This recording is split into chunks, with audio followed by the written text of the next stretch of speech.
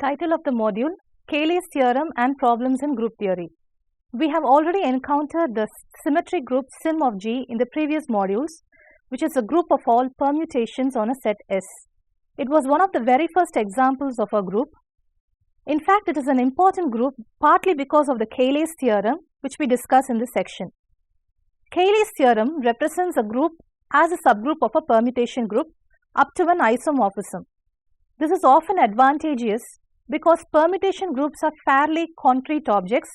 For example, it is straightforward to write programs to do arithmetic in finite permutation groups. We shall now see the Cayley's theorem. Any group G is isomorphic to a subgroup of a symmetric group of G, which is denoted by Sim of G. Let's see the proof.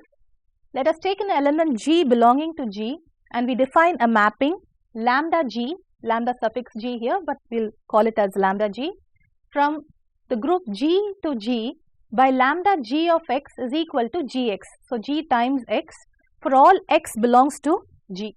Now, this is a well-defined mapping because if we take x is equal to y, then Gx is equal to Gy, so that lambda G of x is equal to lambda G of y. So, we shall now show that lambda G is 1 to 1. Before that, we shall see that it is a homomorphism. Lambda G of x plus y is equal to G of x plus y. So, this is the mapping here, lambda G of x is equal to Gx. So, when there is x plus y, we have G of x plus y, which is G of x plus G of y, that is equal to lambda G of x plus lambda G of y, and therefore, we have now shown that the homomorphism property holds. The second one, we are going to show that it is 1, 1. So, lambda G of x is equal to lambda G of y implies that Gx is equal to Gy, and when you use the left cancellation property, you get x is equal to y. So, we started from this lambda G of x is equal to lambda G of y, and we have shown that x is equal to y. Hence, 1, 1 property holds. Next, we come to onto property. Take any y belonging to G. Now, this implies that there is a G inverse of y belonging to G, and this can be written as lambda G inverse of y, which is equal to y. Hence, we have shown that the onto property, for every element in the codomain, we have the corresponding pre-image in the domain, and therefore, lambda G belonging to Sim of G is also onto, and from this we have defined the isomorphic mapping from G onto G, and lambda G is this mapping. Let's go one step further and we define a new map called the wedge. The wedge is a map from G to the symmetric group of G. We define gamma from G to symmetric group of G by gamma of G is equal to lambda G being this mapping that we have originally defined. So, the homomorphism property is pretty much very straightforward. So, gamma of G1 plus G2 is equal to lambda G1 plus G2. So, this is the mapping. So, here lambda G1 plus G2, it's on the suffix, that is equal to lambda G1 plus lambda G2. This is equal to nothing but gamma of G1 plus gamma of G2. Therefore, homomorphism property is holding here. Next, 1, 1 property. Let us assume that gamma of G1 is equal to gamma of G2. This implies lambda G1 is equal to lambda G2. Now, from our earlier definition, it will become G1x is equal to G2x and all that. So, x will get cancelled and you have G1 is equal to G2, and therefore, 1, 1 property is also holding here. We can also say that the onto property holds because by virtue of the definition, gamma of G is equal to lambda G. So, whatever be the G element you take, whatever be the mapping, you can find a unique pre-image here in the domain. And therefore, onto property is very much obvious. And so, from here we have proved that this gamma or the wedge mapping is also a isomorphic property. From the properties of homomorphism, we know that if T is 1 to 1, then G is isomorphic to T of G. So, G is isomorphic to T of G implies that G is isomorphic to the wedge, or G is isomorphic to gamma of G. So, this mapping is isomorphic. If the group G is finite, then we can predict a group which is isomorphic to G. We shall now see a result. Every finite group of G of order n is isomorphic to a subgroup of Sn. Now, the proof is let G equal to A1, A2, so on up to AN. So this is any finite group of order n. So we have picked this particular group. We already know the wedge mapping that we saw in the previous theorem. Gamma of AI is equal to lambda Aj of AI. So that is equal to Aj AI. So this is the original thing that we learnt in the previous theorem. And now we represent it as a permutation. So A1, A2, so on up to AN can be mapped to AI A1, AI A2, so on up to AI AN. So instead of AI A1, we represent it as A theta I of 1, A theta I of n, so on. So, and when we replace AI by I, lambda AI becomes 1 goes to theta I of 1, 2 goes to theta I of 2, and so on up to n goes to theta I of n. So clearly you can see that this is in the form of a permutation, and therefore theta I belongs to Sn. So by the previous theorem we have said that theta 1, theta 2, so on up to theta n will be isomorphic to the wedge of G or capital gamma of G, and therefore this is isomorphic to G, and hence we have proved that every finite group of G of order n is isomorphic to a subgroup of a symmetric group n. Now we shall see an example to demonstrate the previous theorem. Example, consider the following Cayley table of a group G, E, A, B, C. So we are taking a 4-element group, so it has an identity element as well as 3 other elements A, B and C. You can see in the table that the Cayley table has been given here. So E goes to E, and all the mappings are being represented in the table down here. And now we are going to see the different cycles. Now we have lambda E. So this is the identity mapping. E A B C is going to E A B C, and correspondingly the theta 1, which is a permutation that will be mapped to it, is 1 2 3 4 1 2 3 4, and therefore this is represented by the cycle 1.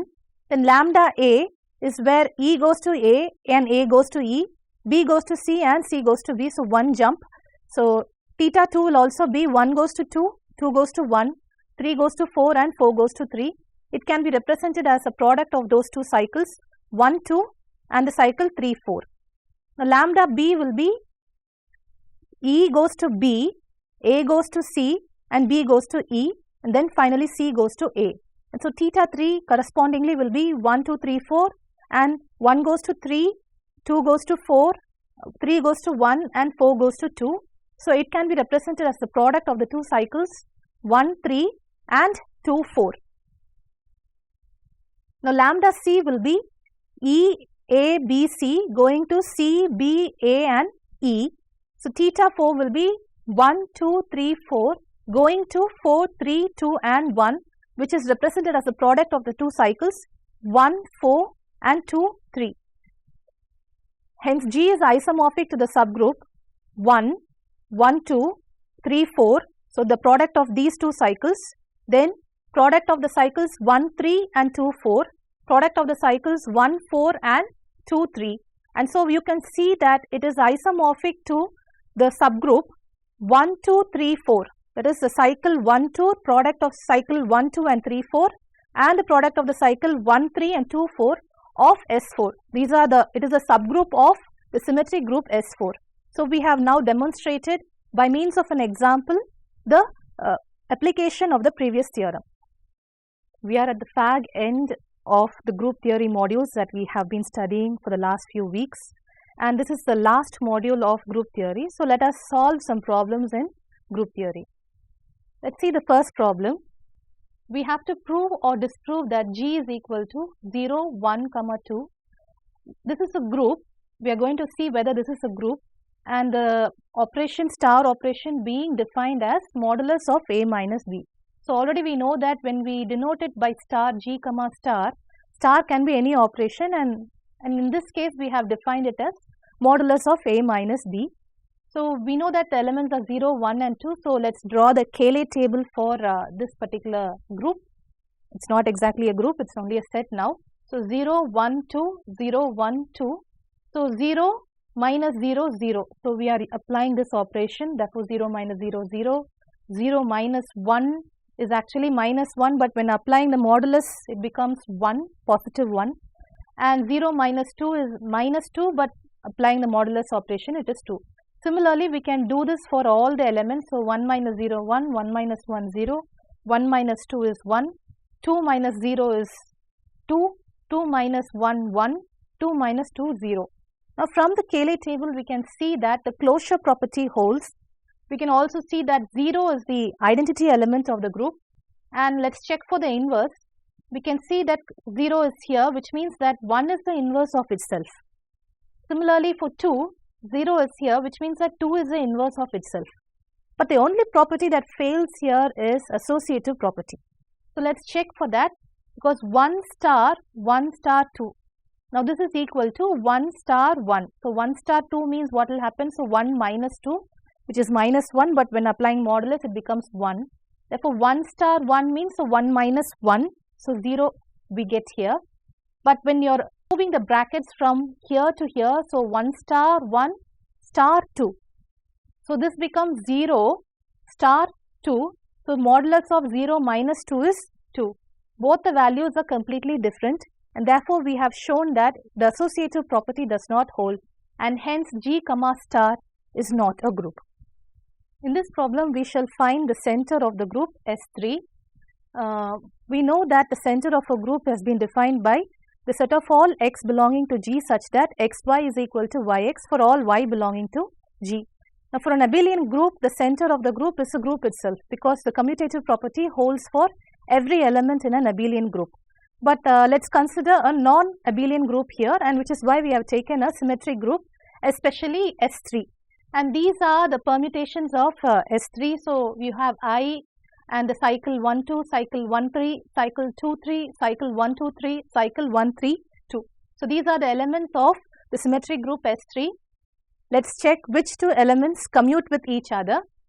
For example, let us consider these two cycles 1, 2 and 1, 3. So when we check for the product here, cycle 1, 2 times cycle 1, 3, I have elaborated here in this operation here. So 1, 2, 3. So cycle 1, 2 has been represented as 1 goes to 2 and 2 goes to 1, 3 goes to 3 itself. So that's the meaning of this cycle 1, 2. And similarly cycle 1, 3 is being written here as 1, 2, 3. So 1 goes to 3 and 3 goes to 1, 2 goes to itself. Therefore, this is equal to, when we are doing the product, it becomes, so 1 goes to 2 and 2 goes to 2. So we can write it as 1 goes to 2 here. Then similarly 2 goes to 1 and 1 goes to 3, and therefore we can say that 2 goes to 3. And here 3 goes to 3, 3 goes to 1, and therefore we can say that 3 goes to 1. So it is represented as a cycle 1, 2 and 3. When we do reverse it, so when we are checking for commutativity, now I am doing the product as a reverse path. So 1, 2, 1, 3, here it becomes cycle 1, 3 times cycle 1, 2. So that also we have checked here, 1, 2, 3. So cycle 1, 3 means it becomes this, and cycle 1, 2 becomes this. Again when we do the product, so 1 goes to 3, 3 goes to 3. So that has been written here, so 1 goes to 3. Then 2 goes to 2 and 2 goes to 1. Therefore 2 goes to 1. So this has been written as a cycle here. 3 goes to 1 and 1 goes to 2. So that is obvious. So 3 goes to 2. So 1, 3, 2 is a cycle here, and we can see that they are very different. So definitely the product of these two cycles are not commutative, which means that these two elements will not come under the center of this group. Let's check for 2, 3, the product of these two elements, 2, 3, 1, 2, 3. Again this yields the cycle 1, 3. The product of 1, 3, 2 and the cycle 2, 3 will yield the product cycle 1, 2. Again very different. Hence this element, these two elements also will not come under the product, will not come under the center of this group. Similarly, when we check for 1, 2, 3 and 1, 3, 2 also, this can be done as an exercise. You can check and see that this is also not commutative. So from this particular exercise, we can conclude that the only element belonging to the center of S3 is the identity permutation. Now in this problem, we shall verify whether the converse of Lagrange's theorem is true.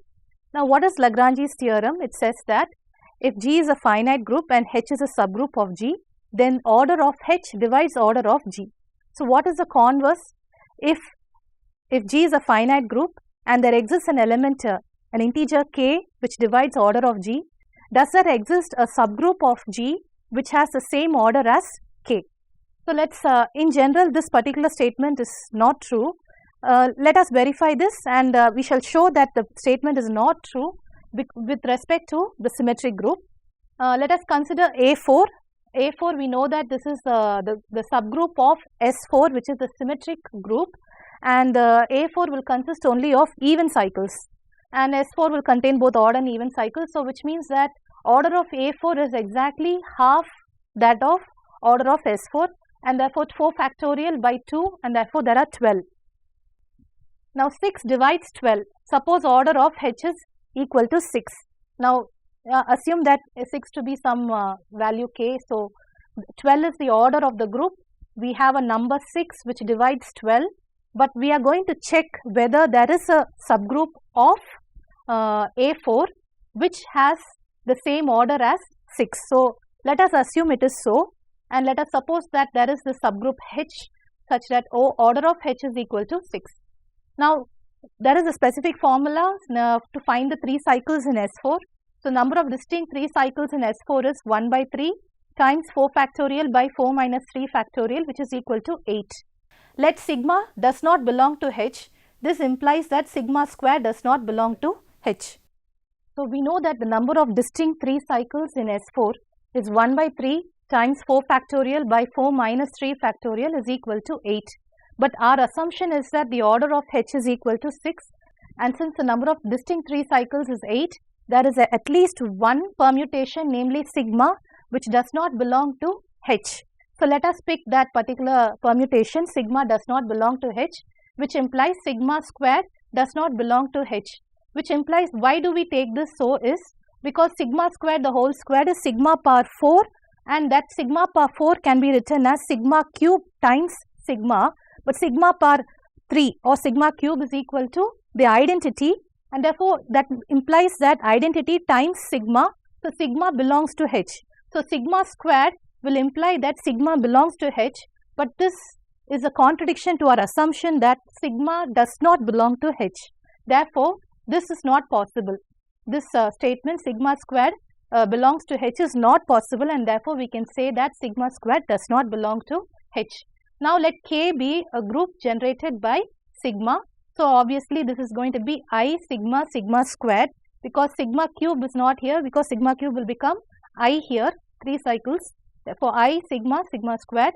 Therefore this implies that order of K is equal to 3, and order of and H intersection K will be I. Why is this so? Because H won't have sigma, it won't have sigma squared, but in K we have I sigma and sigma squared. H will obviously have I. Therefore the only element common to both H and K will be I, and therefore H intersection K is equal to I. Now let us consider the order of HK.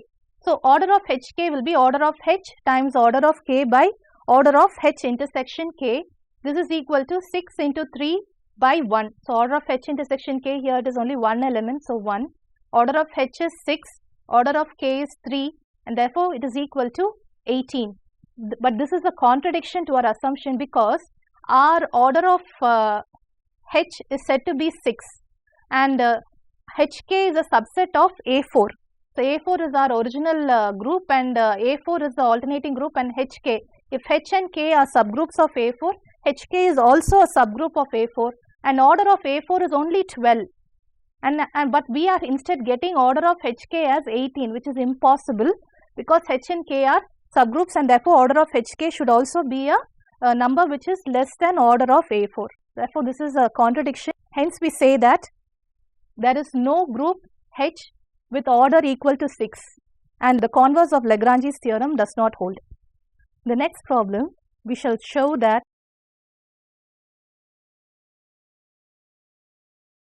the union of 2 subgroups may not be a subgroup.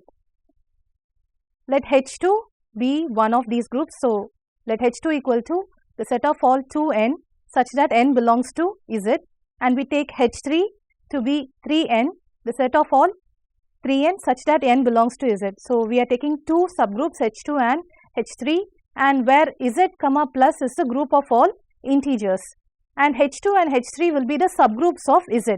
Now H2 union H3 is not a subgroup, because 2 comma minus 3 will belong to H2 union H3, but 2 plus of minus 3 is equal to minus 1 does not belong to H2 union H3, and therefore we can say that this is not a subgroup. We shall now show that Z2 cross Z2 is not isomorphic to Z4. If Z2 cross Z2 is a cyclic group, then it has a generator whose order should be the same as order of Z2 cross Z2, which is equal to 4. But no element of Z2 cross Z2 has order 4. Let us consider the element 1, 1. Now when we are doing it twice, so 1, 1 star 1, 1 twice 1, 1 is equal to 0, 0. That is, the order of 1, 1 is less or equal to 2. Hence, no element can be a generator of Z2 cross Z2, because if it is isomorphic to Z4, we are looking for an element such that the order of that particular element should be equal to 4. Since no such element can be found in Z2 cross Z2, this is not a generator of Z2 cross Z2. Therefore, Z2 cross Z2 is not isomorphic to Z4. In the next problem, we are going to verify whether Z cross Z is cyclic or not. Now we know that Z is cyclic and it is generated by the element 1. Now let us suppose that A, B be a generator of Z cross Z. Since 1, 1 belongs to Z cross Z, there exists an integer m such that 1, 1 can be written as m times A, B, where A, B is any general generator. So m times A, B should yield 1, 1. So this implies that MA is equal to 1 and MB is equal to 1. So MA, B belongs to Z. So MA and B are in Z. So we are getting the possibilities for A to be plus or minus 1, and for B also it is plus or minus 1. So in this case it is true. But let us now consider a different element, say 1, 2. This is also an element of Z cross Z, but we don't have any integer m which satisfies the equation 1, 2 equals m of A, B. In this problem, therefore we can say that Z cross Z is not cyclic. Z by 4Z to Z by 6Z. Now let F be a homomorphism from Z by 4Z to Z by 6Z. Because it is a homomorphism, f of 4Z plus n is equal to n times f of 4Z plus 1, where n belongs to Z. This is by virtue of the homomorphism property. Now order of f of 4Z plus n divides 4. So the only possibility here is 1 or 2. We have to find an element which divides 4, which can be 1, 2 or 4. But since our codomain is Z by 6Z, there is no element of order 4 there, and therefore it only has to be 1 or 2. Now if order of f of 4Z plus 1 is equal to 1, so we are taking two possibilities, 1 or 2. So the first possibility is 1, and here it is f of 4Z plus 1 is the 0 of Z by 6Z. Why so? Because since it is equal to 1, we have to pick the identity element of Z by 6Z. Only that element has order 1. Therefore, 0 of Z by 6Z is equal to 6Z plus 0, and clearly you can see that because it's an identity mapping, it is a homomorphism. There is no need to verify here. Now let's consider the second case. If order of f of 4Z plus 1 is equal to 2, f of 4Z plus 1 is equal to 6Z plus 3. So we have to pick an element of order 2. So this is the only element with order 2 here, and therefore 6Z plus 3 is taken. And now we don't know for sure whether this is a homomorphism, and therefore we are going to check whether it is well defined and whether it is a homomorphism. Let's check for the homomorphism property first. F of 4Z plus n plus 4Z plus m. So n and m are random integers. So f of 4Z plus n plus m. Now if f of 4Z plus n plus 4Z plus m is equal to f of 4Z plus n plus m, this mapping is from this to 6Z plus 3. Therefore it becomes 6Z plus 3 times n plus m. So 6Z plus 3n plus 6Z plus 3m. That is nothing but f of 4Z plus n plus f of 4Z plus m. So this is the mapping, and therefore we have looked at the previous part. And from this we have proved that f of a plus b is equal to f of a plus f of b. We have reduced it to that form. So this is a homomorphism. Now we have to check whether this mapping is actually well defined. Let 4Z plus n is equal to 4Z plus m. Now we need to prove that this function f of 4Z plus n is equal to f of 4Z plus m. Now If this is true, then this implies that n minus m belongs to 4z. In other words, 3 times n minus m belongs to 12z, but we know that 12z is a subset of 6z, which implies that 6z plus 3n is equal to 6z plus 3m. Now, this is a property of subgroups, and therefore, we have applied that, and from this we can say that f of 4z plus n is equal to f of 4z plus m. This is because if a minus b belongs to the subgroup, let's say h, then we say that a plus h is equal to b plus h. We have applied that property here, and we have arrived at this result, and from this we can clearly say that it is a well-defined homomorphism. And now we have found the number of homomorphisms from z by 4z to z by 6z. Now, from this study we have found that there are 2 homomorphisms from z by 4z to z by 6z, namely f of 4z plus 1 is equal to 6z plus 0 and f of 4z plus 1 is equal to 6z plus 3. So, these are the 2 homomorphisms that we have found, and they are the homomorphisms that satisfy this condition. They go from z by 4z to z by 6z. So, considering the time, we have tried to solve as many problems here. Interested students can look into the script of this module in order to solve more problems. In this module, we studied about Cayley's theorem, which is one of the most important theorems in group theory. We also did some problems to understand the many concepts of group theory better. The best way to learn mathematics is by doing. I hope that these modules were useful to grasp the concepts of group theory. We shall meet soon in a session of ring theory. Thank you.